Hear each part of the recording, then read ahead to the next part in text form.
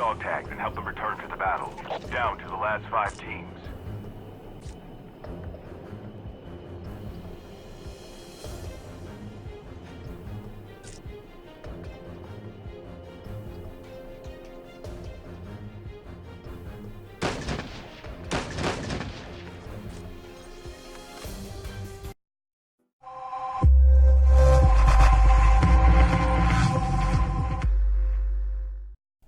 What's going on, guys? It's Black Tiger here, coming to you with some Call of Duty Mobile, but this is not going to be on mobile. This is the PC version on the emulator. Now, the emulator is made especially for Call of Duty Mobile.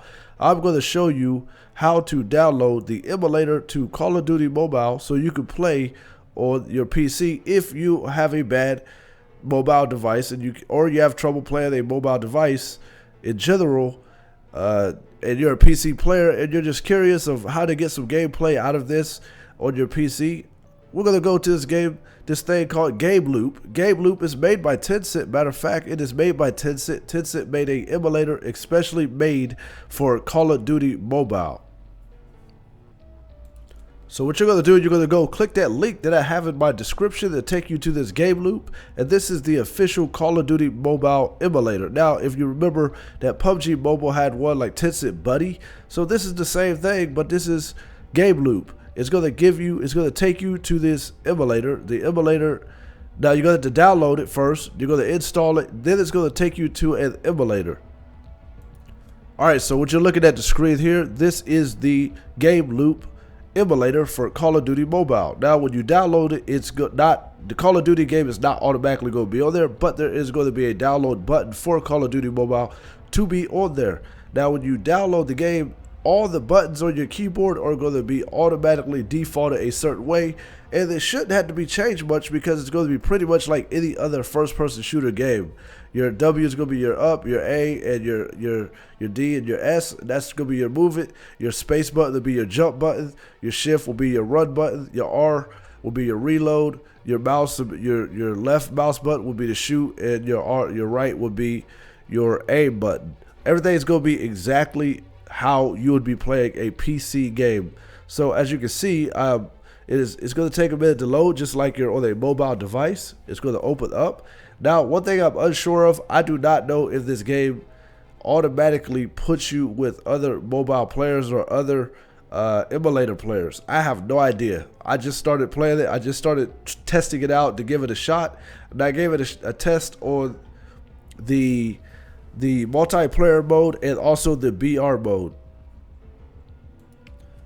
Now, one thing I noticed in the multiplayer mode is going to be a lot of lag spikes. I think the game is trying to get used to your PC at first, but the more you play it, the more smoother it's going to get. There's going to be a lot of freeze points, and there's going to be times where you're trying to do something that's going to stop for a second. It's almost like a lag spike, but after a while, it becomes more smooth.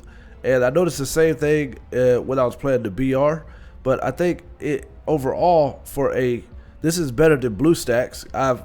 I hated BlueStacks. Every time I tried to use BlueStacks on any type of game like this, it did not work. But this is definitely made, and all the buttons, you don't have to touch anything in the settings. You can if you want to. It depends on you. If you want to change the settings, that's on you. I think the sensitivity is a little suspect though.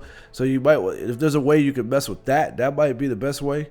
You would have to go into your settings like you're going on the mobile settings. So also I did the BR mode. So now what you're seeing on the screen here is the BR mode. The BR mode does not look bad. It's moving pretty smooth right now.